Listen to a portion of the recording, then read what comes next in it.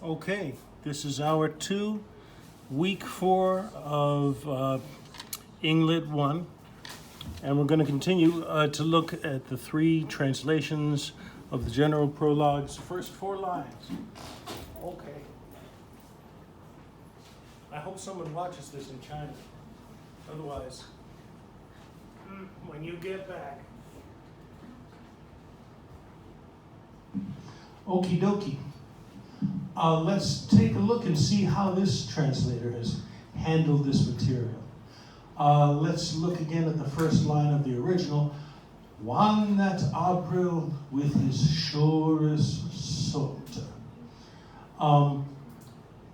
And I just was looking at this for a moment here to compare, and I see that it's very literal. It's a literal translation, but modernized. When that April with its sweet smelling is sota, showers. The showers is there too. Okay. Line 2, the drought of marriage hath pierced the rota, has pierced. The drought has pierced the drought of March to the root. So every word is directly translated. The order is slightly different to make it a little more modern. Line 3, and bathed every vine. Sorry about that. And bathed every vine in switch liqueur. Switch in this means such. Okay, and bathed every vein is literally word by word by word. Everything is translated to modern English. In such liqueur, liqueur in this case means a liquid, and bathed every vein of, and the translator has kindly explained that he means the veins of the plants. In such liquid, oh my gosh, it's directly translated again, of which virtue engendered is the fluor. And once again, it's direct, of which virtue means power, engendered, the flower is created. So here we get a highly, highly faithful translation.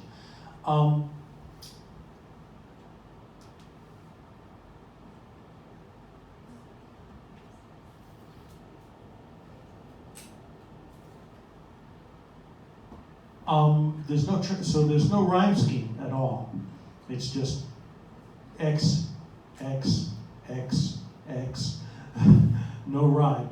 But checking out the rhythm, does he keep a steady rhythm? Let's see. This should be iambic pentameter if it's going to be faithful. When April with its sweet smelling showers, oh, that does not make for perfect scansion. Okay, let's see. Has pierced the drought of marriage to the root. Again, not perfect. And bathed every vein in such liquid. The accent is on the wrong syllable. So once again, not good iambic pentameter. By which power the flower is created. This one only has the one bad step is accenting were in power, which is not normal. So I would say it's sort of like iambic pentameter, but really not. Okay, let's take a look at our third translation. Cookies? Yeah, I'm hungry. Okay, good. Whoa.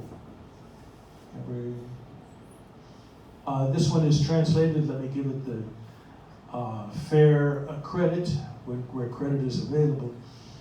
This is translated by A.S. Klein. Copyright 2007, all rights reserved. Okay, here it is. This one doesn't give the original at all, but we know it by now. One that April with his shores sota. When that April with his showers sweet, the drought of March has pierced roots deep is an extra word that does not come from the original, but again, it makes sense, so that's okay, I guess. And bathe each vein with liquor of such power. This word liqueur is in this version translated directly to liquor of such power that engendered from it is the flower. When that April with his showers sweet, the drought of March has pierced root deep. It's missing two syllables.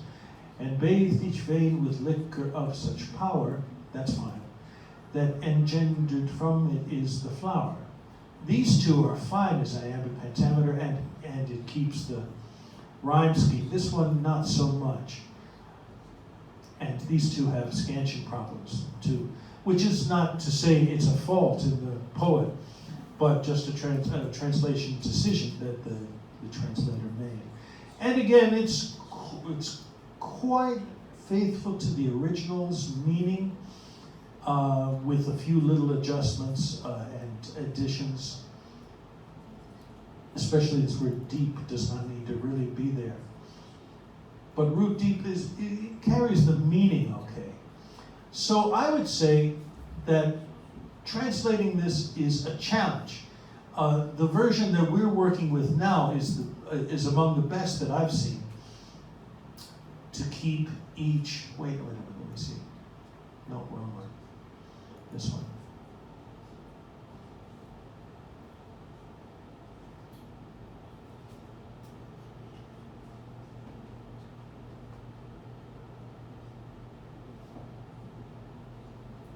Well, wait a minute, I opened.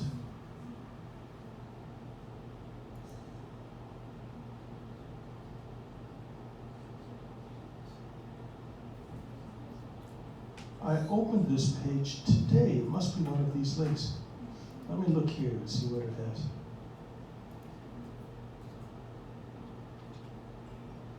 Oh, this is the right website, but it doesn't have a lot of hypertext helping us out. Let me slide down to the bottom. Nope.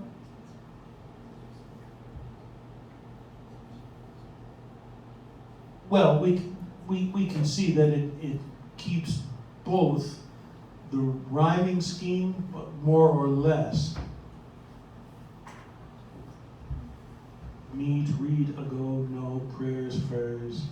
Friars is not a perfect rhyme, but it's not that bad.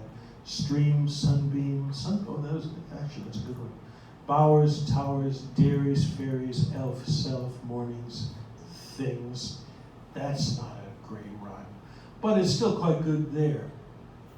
And the side-by-side one is pretty good too. So I'm not trying to say, who's the best translator, because they all have their good points. And did their best with challenging material. But just to see the different ways people do it.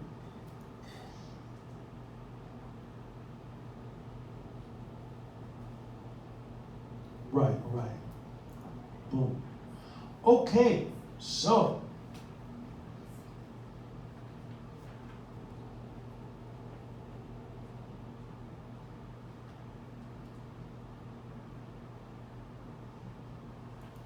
pop over here for a second. We're looking for what, the nun's priest's tale, is that it? Oh, here. The nun's priest, yeah, it's the nun's priest tale. Yes, I was right. Yay, I love it when I remember stuff right. Let me open this up, if possible. Let me see what I got.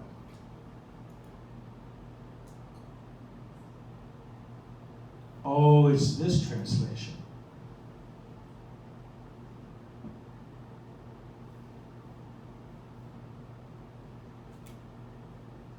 I don't want to use this one. I really like having the.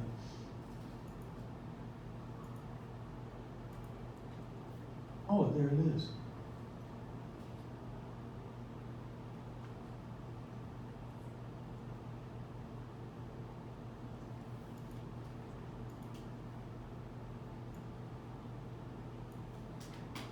Let me see if I can find a good translation here. Whoops. Oh my goodness. Okay, so we're looking for the nuns, priest, prologue.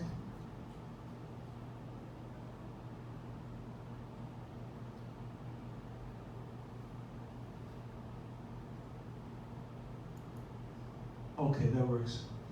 Nuns, priest, tale, prologue, tale. Okay.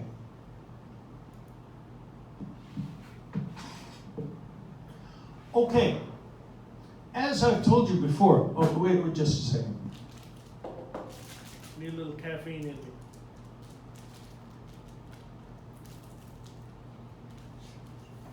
As I've told you before,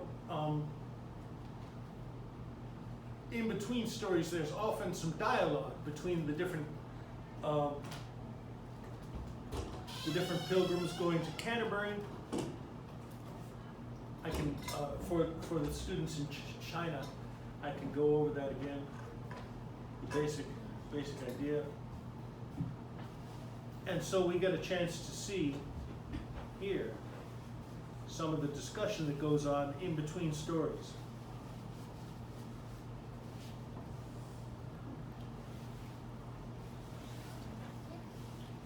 Here's the basic idea of the Canterbury Tales. I'll just review for the benefit of the students in China. And maybe if you don't remember well or you want to remember it better, you can follow along. Here's the idea. Chaucer is a character in the story. He is one of the pilgrims, and he has his own story, or at least was going to have. And he wants to make a pilgrimage, a religious travel, which people in Taiwan do the same thing too, actually.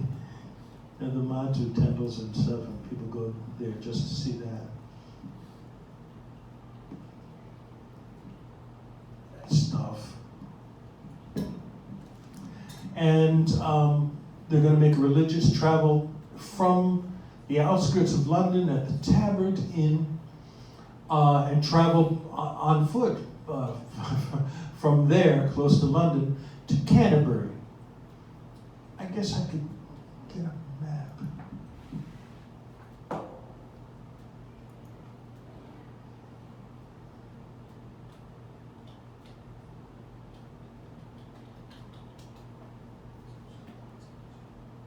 Okay, I want to see.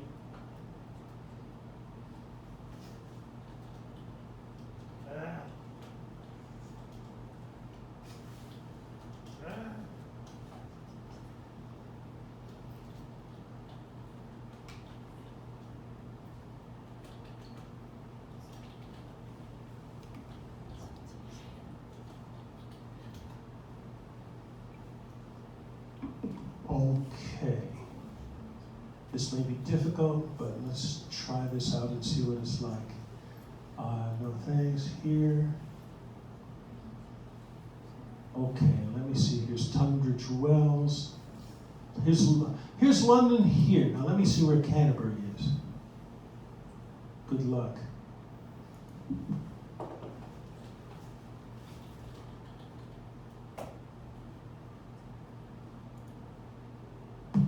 Oh, there it is. Okay, good.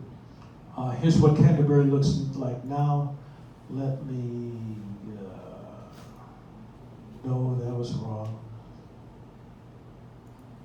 Good. Here's Canterbury.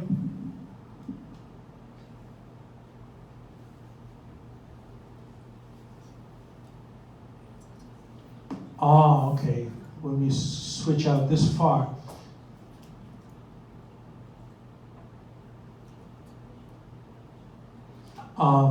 I'm not sure if you're aware of it, but London is actually in the south of England. Here's the UK over here. And from Canterbury, they walked on foot. Of course, that's the normal way to walk, but took a trip all the way to Canterbury out here, which may not look too much on a map, But trust me, it's quite a distance to walk. It has enough distance, indeed, that they make a contest. The contest is each member of the group of pilgrims, which including Chaucer makes 30 people, all traveling to Canterbury together, including the host of the tavern inn, the innkeeper. And they're traveling that way, and the challenge is for each of the pilgrims to tell 2 stories on the way to Canterbury.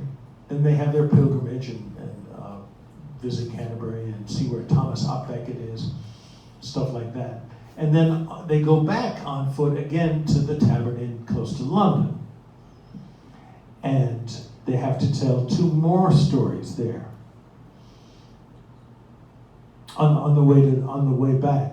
At the end, they're going to vote and see who has the best story, which story was the best among the 120 stories that were told, if my math is correct. And whoever is the winner of the tale-telling contest will be the one to foot the bill and pay for everyone's big feast when they get back. It's not exactly a wonderful prize, because you got to pay all that money for all 30 people.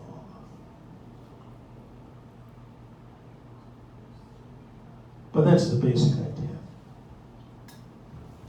Okay. I hope you guys in China are satisfied now, darn it. No, I'm just kidding. I hope my coffee is satisfied soon. Darn it. I'm not kidding.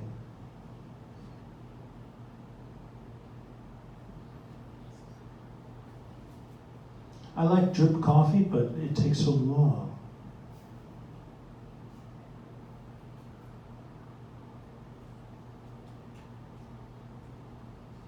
Okay, that should be about enough. All right, so let's see what's going on among the pilgrims before the nun's priest tells his tale. All right. Just a moment, please, while I tend to my coffee. Coffee.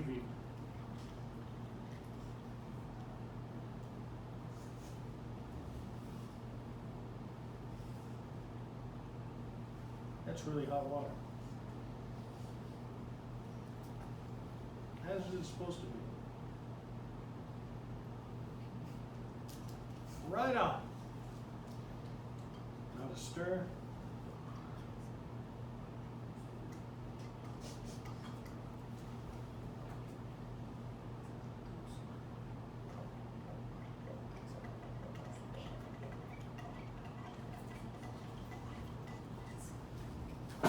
Lovely. Okay, so here we go. By the way, if you didn't realize it, look how close Canterbury and this area of the UK is to France. This is where the Channel should be, somewhere right around here. Doesn't it seem strange that Dunkirk is a place apparently in France? Wow. Yep.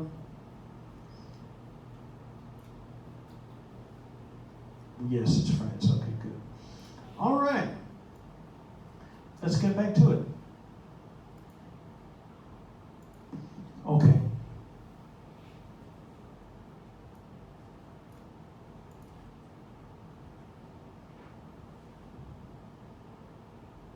So right here at the beginning, we have from the previous, which one is the previous one?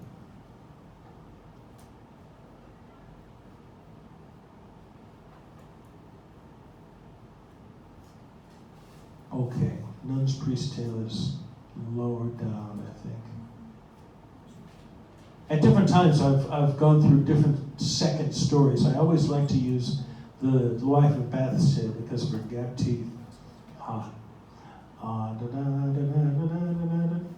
Yeah, here it is. So the the preceding story was told by the monk. And after the monk, we get to this. The knight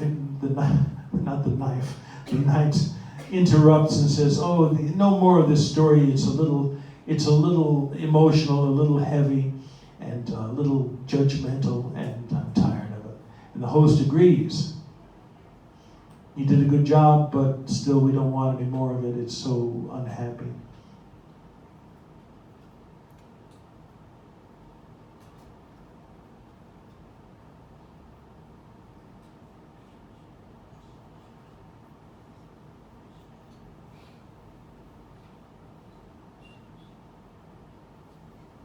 And then the nun's priest speaks up and says, "Okay, well, let me tell the next story." He says, "Yes, sir," said he. "Yes, host, so I may go.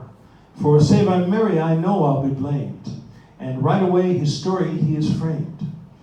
"And thus he said to us, everyone, this dainty priest, this goodly man, Sir John." And then on this page, for some reason, it immediately goes to the word explicit, which I don't know why it says that. Let's see what it says here.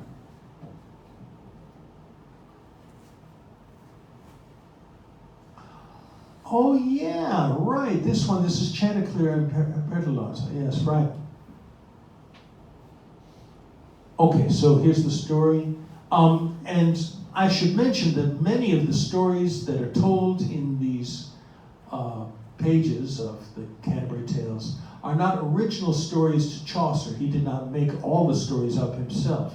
Instead, some of them are from classical literature. Now, you may consider the Canterbury Tales to be quite old and therefore classical. And you'd be right, but, they still had, like the old Roman and Greek storytellers and others like that, philosophers and such. And so, and other storytellers from, let me see if I can remember, from Italy. Some of the stories are from Italy. Some of them were told by British authors. Originally, the original version was from there.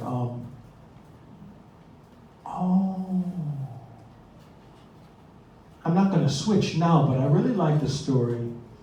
I like the story of Patient Griselda. I'm not going to do it this time, but yeah, good. These characters of the two chickens, the rooster Chanticleer and his wife Pertelote, are traditional characters that have been told about many times. Okay. So now I'll move directly to the story. Can I make this a little larger?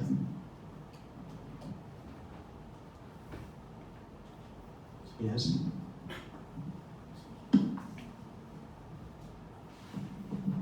Well, that ought to be large enough. I hope in China you can read that. And it's large enough for you. It should be large enough for the people in the back. Okay.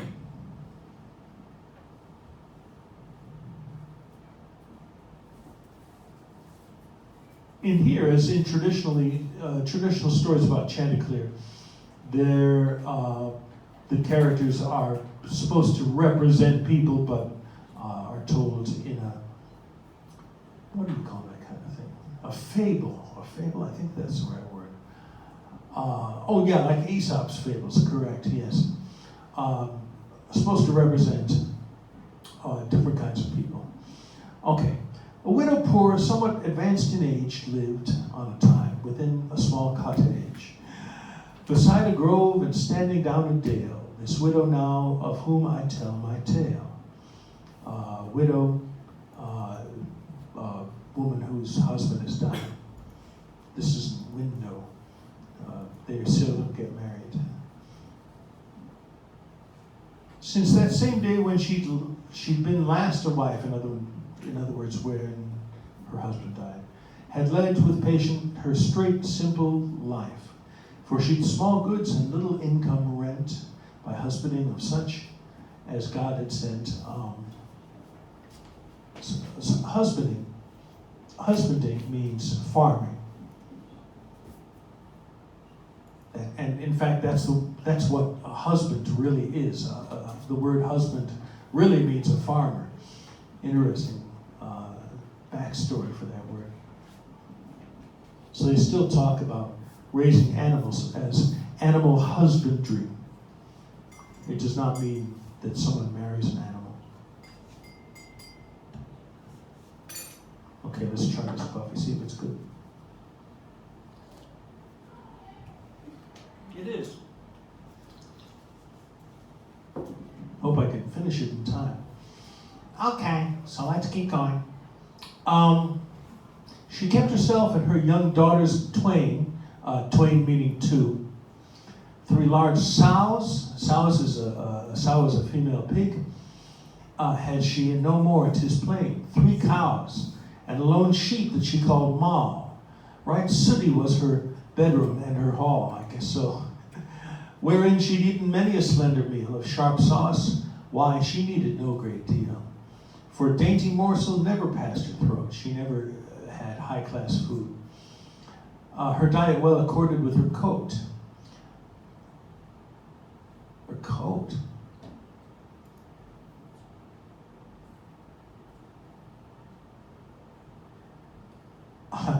I'm comparing this one to see if we can get closer to the original.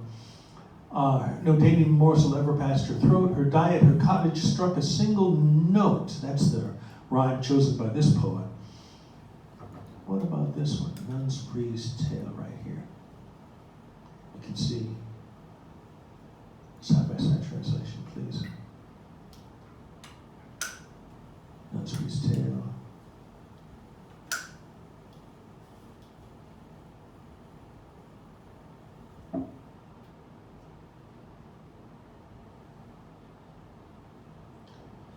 Let me see. Oh, good. Okay, well, let's track that one down and see what the real thing is.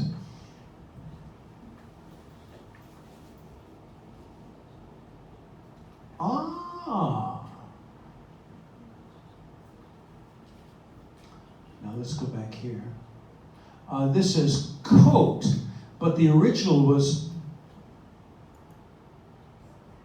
here. No dainty morsel passed through her throat. That's the original.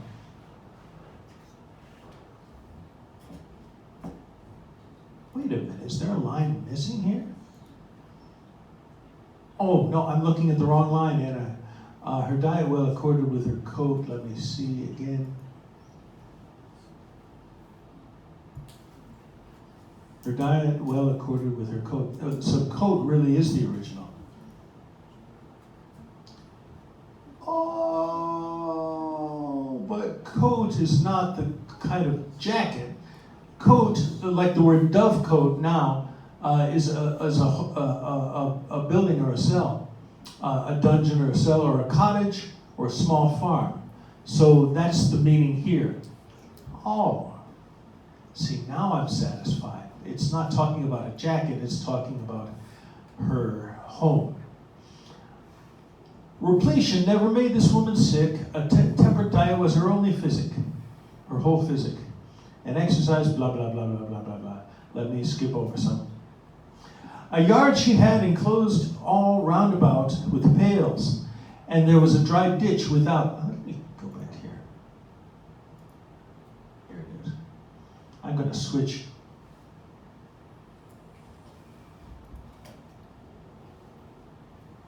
Okay, let me move this over here. They still use code in some things here. Okay, a yard she had enclosed all round about with pails. Pails, the original word is sticks, which I imagine means sticks, wooden sticks. There was a dry ditch without, and in the yard, a cock called Chanticleer. I'm surprised I said that word out loud, but it's referring to a rooster, of course. In all the land for crowing he'd no peer. His voice was merrier than the organ gay. Oh, now that's quite interesting. Let's look at the original for these two lines here. The original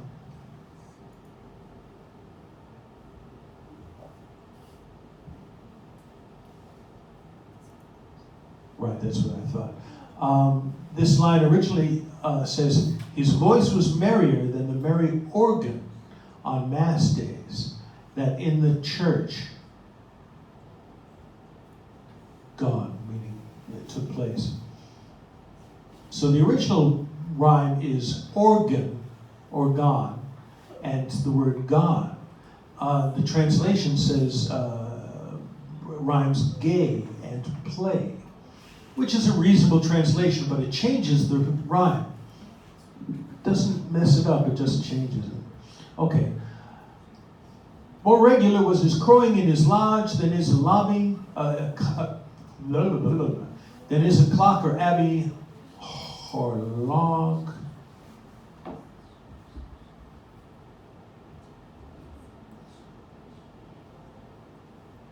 I don't know what orlog means, so I'm going to skip it because I don't have any other choices. There's no translation for it. So he's a great crower. His comb was redder than a fine coral and battlemented like a castle wall. His bill was black. Bill. Usually we use the word bill for like a duck or a platypus. We don't usually use the word bill for a chicken. Usually they would say beak, but the original apparently is bill, which means beak. Okay, good. Right. Azure is a blue tone, blue color.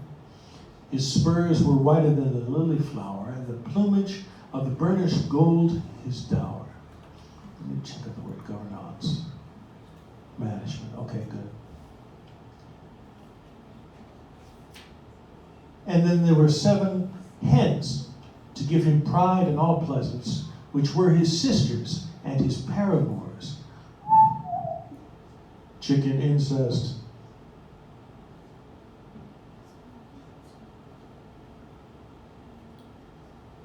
So apparently they all had the same mom, and they were all colored like Chanticleer, or Chanticleer as the original has it. The fairest hued upon her throat was called the winsome mistress Pertelote.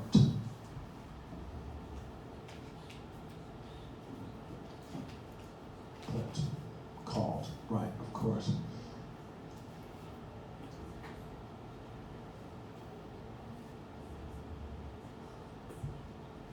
Sorry. Courteous she was, discreet and debonair, companionable, and she had been so fair since that same day when she was 7 nights old, that truly she had taken the heart to hold of Chanticleer, locked her in every limb. He loved her so that all was well with him, but such joy it was to hear them sing whenever the bright sun begins to spring in sweet accord. My love walks through the land. And at that time, as I understand, the beasts and all the birds could speak and sing. Right. So this is like the fables of Aesop. The animals could speak and sing.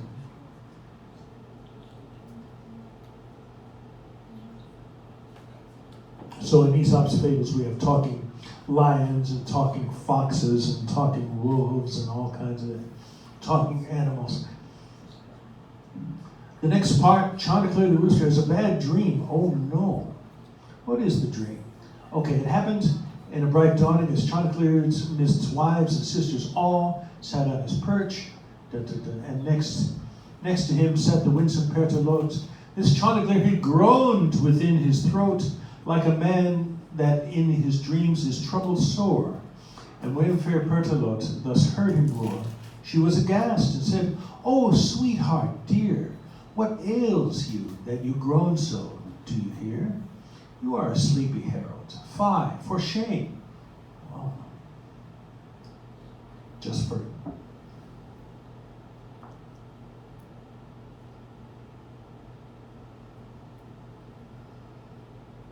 she's shaming him for groaning in his sleep. Oh my goodness, she's a little bit severe. And he replied to her thus, "Ah, madame, rhyming with shame. I pray you that you not take it not in grief. By God, I dreamed I'd come to such mischief. Just now my heart yet jumps with sore affright. Now, God," cried he, "my vision read aright, and keep my body out of foul prison." So here's his dream.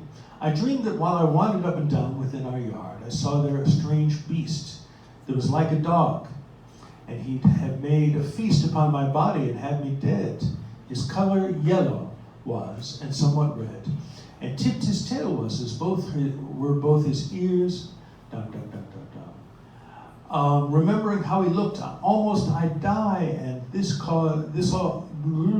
and all this caused my groaning, I confess." Okay.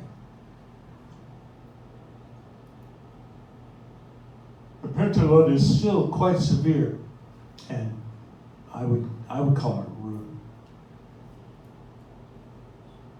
A little thing, and she says, I'm going to cut this part a little short.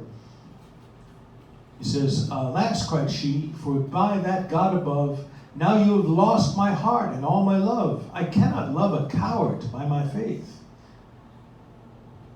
My gosh. Because he had a bad dream, she doesn't love him anymore. The next part, Pertelote advises Chanticleer to eat some herbs as a laxative to help him poop. Right. And Chanticleer explains that dreams can have meaning. He says, "Thanks for your sincerity. Thanks a lot for your advice, ma'am."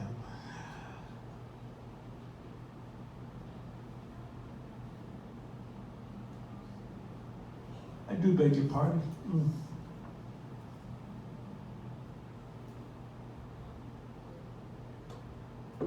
Right. So, once again,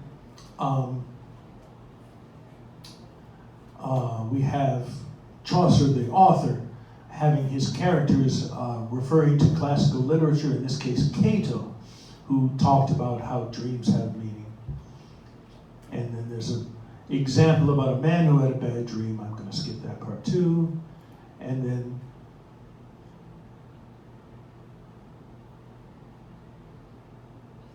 this is still the dream of the bad dream of the man. My gosh. Then comes another story of the same kind. And another person had bad dreams too. And more examples from, you see, they do a lot of philosophy and a lot of references to classical literature. It's boring to me. In the next section, they're done with bad dreams.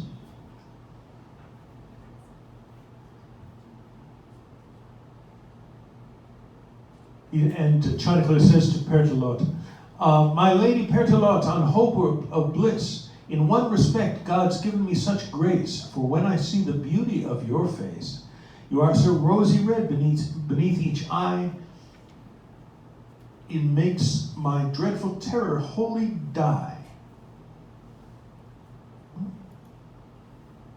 Yes, thank you so much. Okay.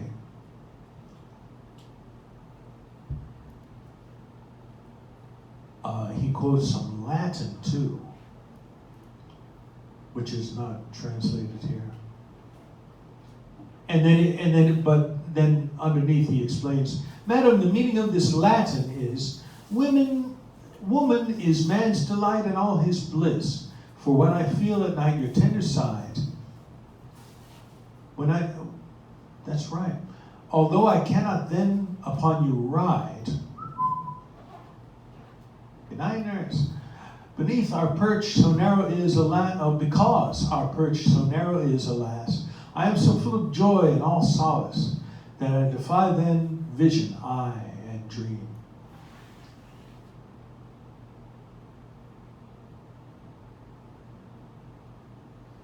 And then, after saying that, Chanticleer gets down off the perch and calls people to find some delicious corn to eat. Corn does not really mean corn. Corn used to be a general term, meaning any kind of grains.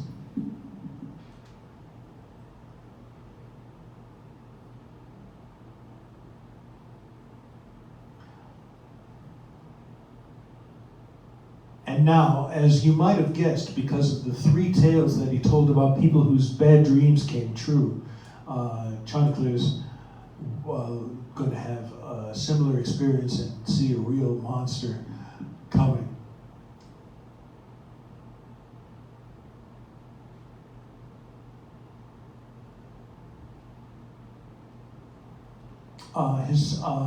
Chanticleer and all his pride, his 7 wives, walking by his side, cast up his 2 eyes toward the great bright sun, which blah, blah, blah. He knows the sun is bright or something. My lady Pertelote, whom I adore, mark now these happy birds, hear how they sing, and see all these fresh flowers, how they spring. Full is my heart of revelry and grace.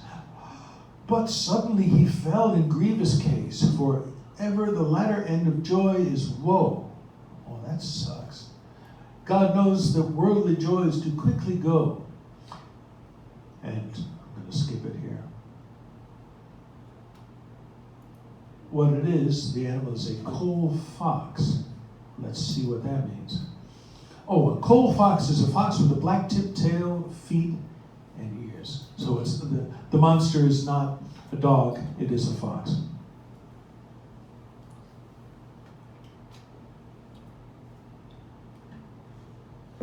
In most of the fables that I've read, the fox is a trickster character who likes to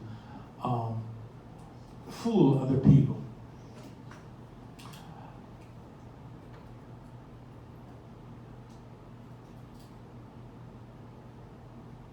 Sorry. Oh my gosh, it's almost time. Let me just run through it quickly.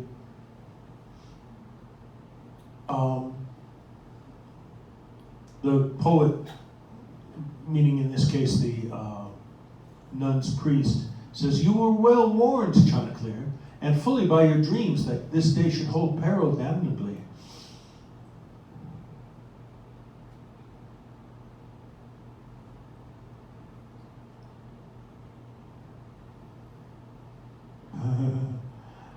Chanticleer notices the fox.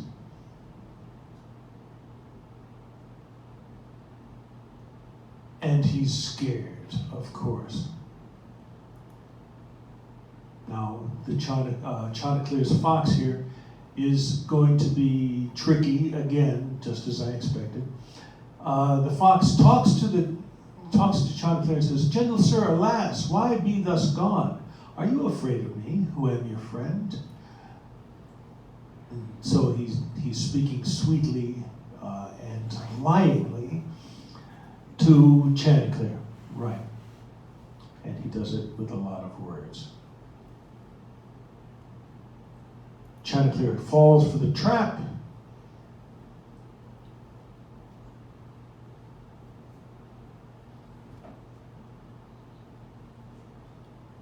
Saying how the fox says how wonderfully Chanticleer looks, and he acts very proud. Chanticleer stood high upon his toes, stretching his neck, and both his eyes did close, and so did crow right loudly for the nonce. And Russell Fox, he gets a name, Russell Fox. Yep, that's his name. Started up at once, and by the gorget grabbed our Chanticleer by the throat. flung him on back, and toward the wood did steer, for there was no man who yet pursued.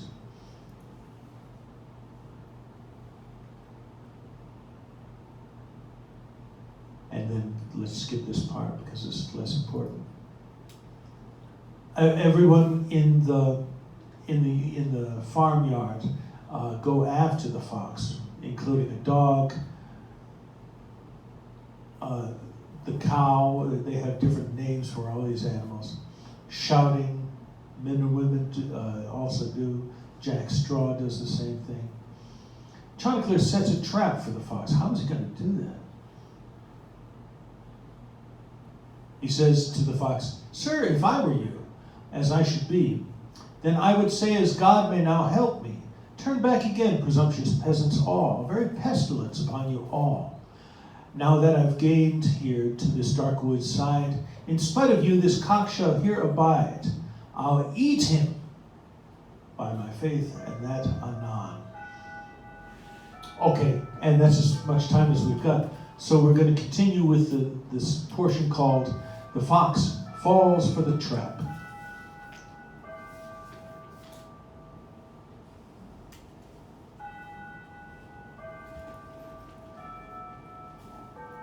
Oh, this is going to take a while.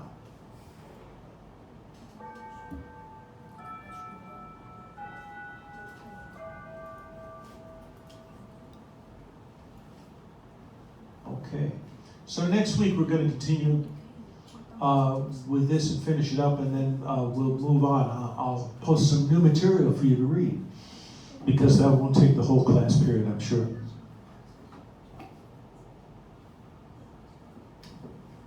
Thank you all for being here, especially you people in China for watching this, and I hope you have a terrific week. I hope you had a good weekend, by the way. I had part of a good weekend. It was pretty good. Had fun. Bought this dress. And this necklace, too. Where's the necklace? Oh, here it is. I found it.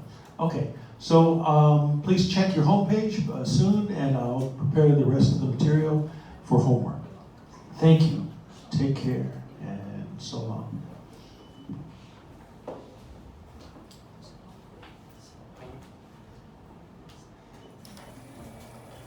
Okay. Now. Thank you all for watching. I'll see you later.